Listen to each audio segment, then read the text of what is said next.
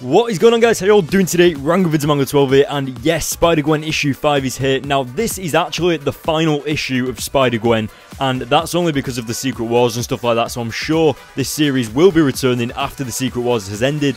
Now, obviously, this is the Spider-Gwen series, so she still remembers the Spider-Verse and all that, so imagine that the Secret Wars hasn't happened yet. You know, like in the previous issue where it's separate to the Secret Wars, like where I said that it was a little bit confusing.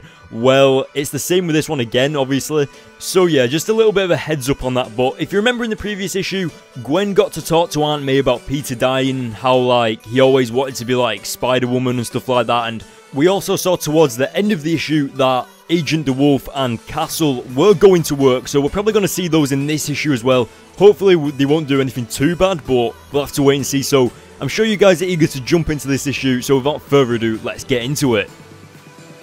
Alright, so for once, the issue doesn't necessarily pick up where the previous issue left off. We actually get introduced to the Black Cat in this, well, issue. Well, more like Felicia Hardy, actually, not the Black Cat necessarily.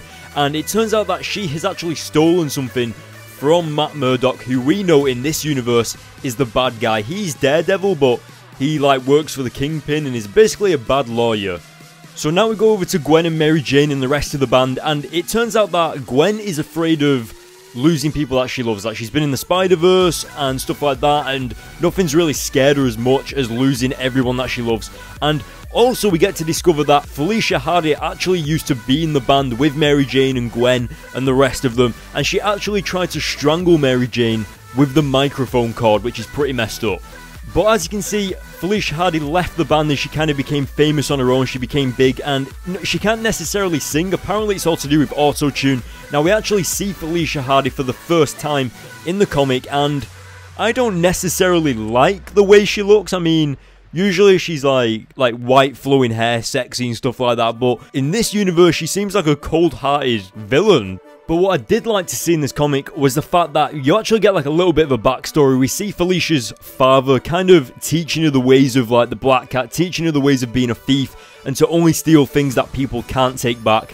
As you can see there, someone actually kills her father, and if you've seen the Daredevil TV series, then the Daredevil origin in general, then you'll know that Daredevil didn't necessarily start out with a red costume. He actually started out with that black costume that we saw there stabbing Felicia's father, and that was really interesting to see. So we know, or kind of get a hint that maybe Matt Murdock in this universe doesn't dress in the red Daredevil costume. Maybe he's still in that black origin costume, maybe. So that will be interesting to see, and I can't wait for the Spider-Gwen issue where we actually see him in costume. That would be awesome. But sadly, this is the final issue of Spider-Gwen until the Secret Wars ends, so yeah, I think we're going to be waiting quite a while for that, unless he appears in Secret Wars, but yeah.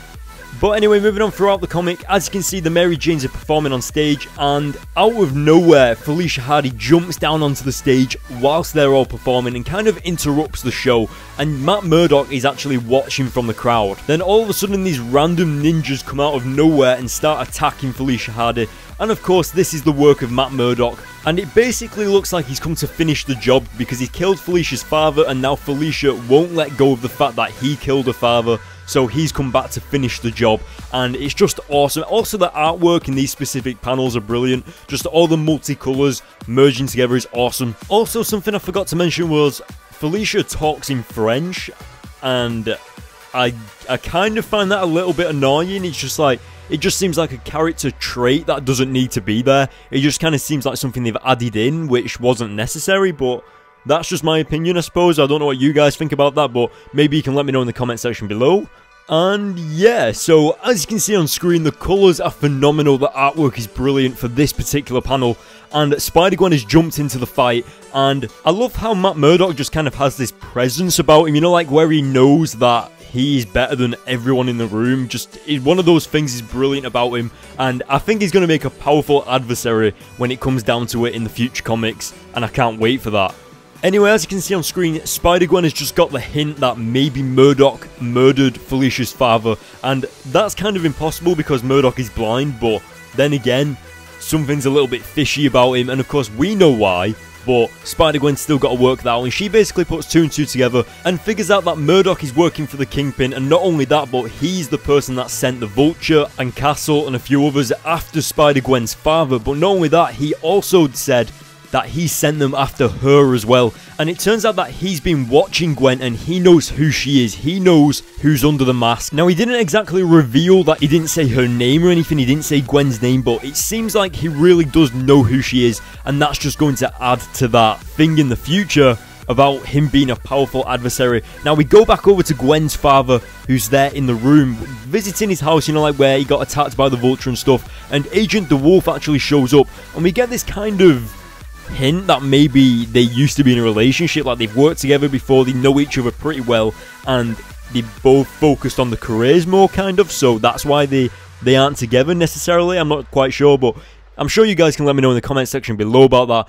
But yeah, I thought that was nice because it kind of shows a human side to DeWolf, if you get what I mean. But yeah, so what did you guys think of this issue? Let me know in the comment section below, because we have just come to the end of the issue, as you just saw there. So yeah, I'm going to give this issue an 8 out of 10. It didn't really show anything much. I mean, this issue only releases like, what, once a month? And we only got that. I don't know, it didn't really feel like the story progressed anyway. It just kind of seemed like Black Cat was just a character to have in the final issue as a character. It didn't really seem like it was going anywhere. But I've definitely liked the Murdoch scenes and the scenes with the Mary Janes and Black Cat about her backstory and stuff like that. That was awesome. So yeah, this is the final issue of Spider-Gwen, guys, so make sure you remember that. Until after Secret Wars, this series will not be coming back. Let me know in the comment section below what you thought of this issue. Make sure you go to the links in the description to follow me on Twitter and Facebook. Don't forget to hit the like button and the subscribe button, and I'll see you guys in my next video.